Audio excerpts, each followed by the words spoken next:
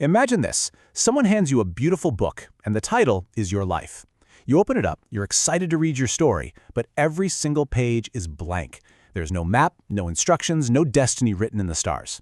Well, that feeling, that core challenge, is exactly what the philosophy of existentialism is all about. I mean, really think about that for a second. What if we just arrive in this world without any kind of pre-written script? That's the starting point for existentialism. It's this idea that we're born into a world that doesn't have some built-in purpose or a universal set of rules just waiting for us. We're just here.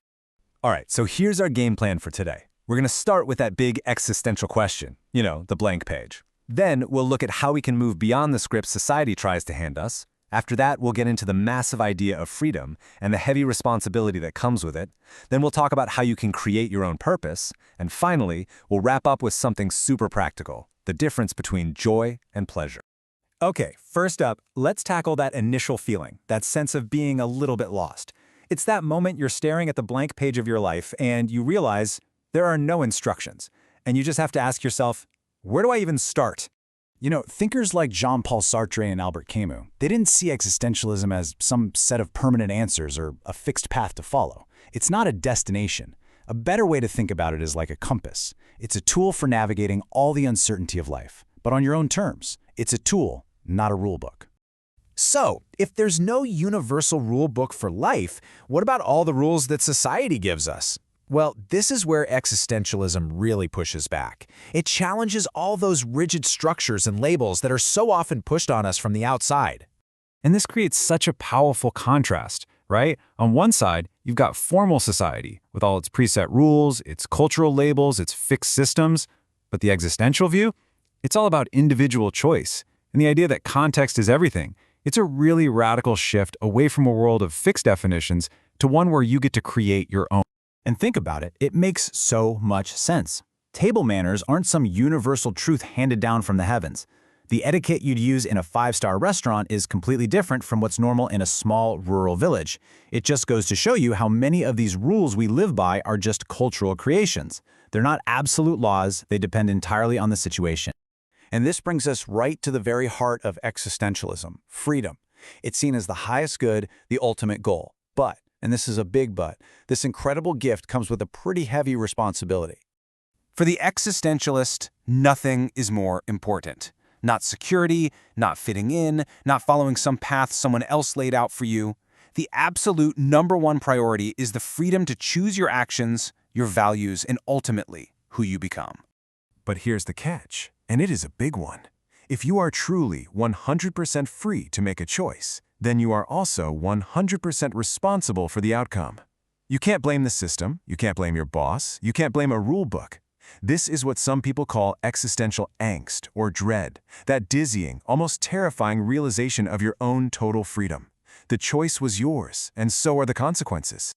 Okay, so if there are no universal rules, and you're completely responsible for your choices, where on earth does meaning come from? How do you actually start filling that blank book we talked about? Well, this section tackles that question head-on. And this leads to such a crucial insight. Existentialism says that purpose isn't something you find, like it's some hidden treasure you have to dig up. No, it's something you build brick by brick with every single choice you make.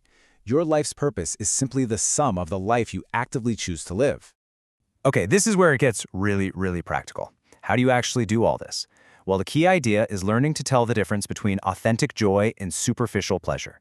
You could say it's the difference between truly living your story and just narrating it for an audience. See, pleasure is often about performance.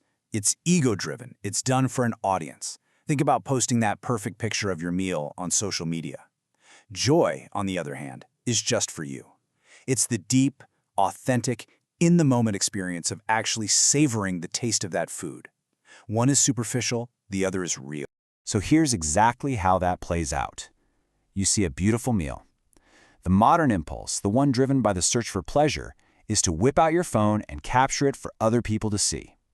The existential path, the one that leads to joy, is to put the phone away, be present, actually engage your senses, and experience the moment for yourself, not for your followers. You know, this idea connects so perfectly to the wisdom of a Zen master. They might tell a follower to stop getting lost in these huge abstract concepts. Instead, just focus on the tangible reality that's right here, right now. The warmth of the coffee cup, the smell, the tastes, that is real. That is where life is actually happening. So, to wrap this all up, existentialism isn't about despair. Far from it. It's a radical call to empowerment. It tells you the script is unwritten, but then it hands you the pen. It gives you absolute freedom, but asks you to accept total responsibility. It says your purpose isn't out there somewhere to be found. It's inside you, waiting to be built. And it urges you to build it with moments of real, authentic joy, not just the performance of pleasure. So, if your life really is a blank book, and the pen is in your hand, the only real question left is the one staring back at you from the screen.